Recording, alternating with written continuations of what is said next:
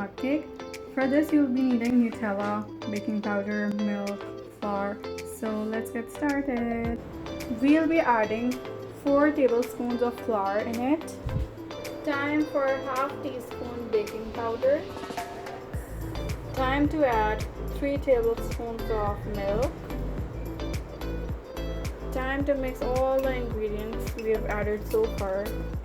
So it's finally completely mixed.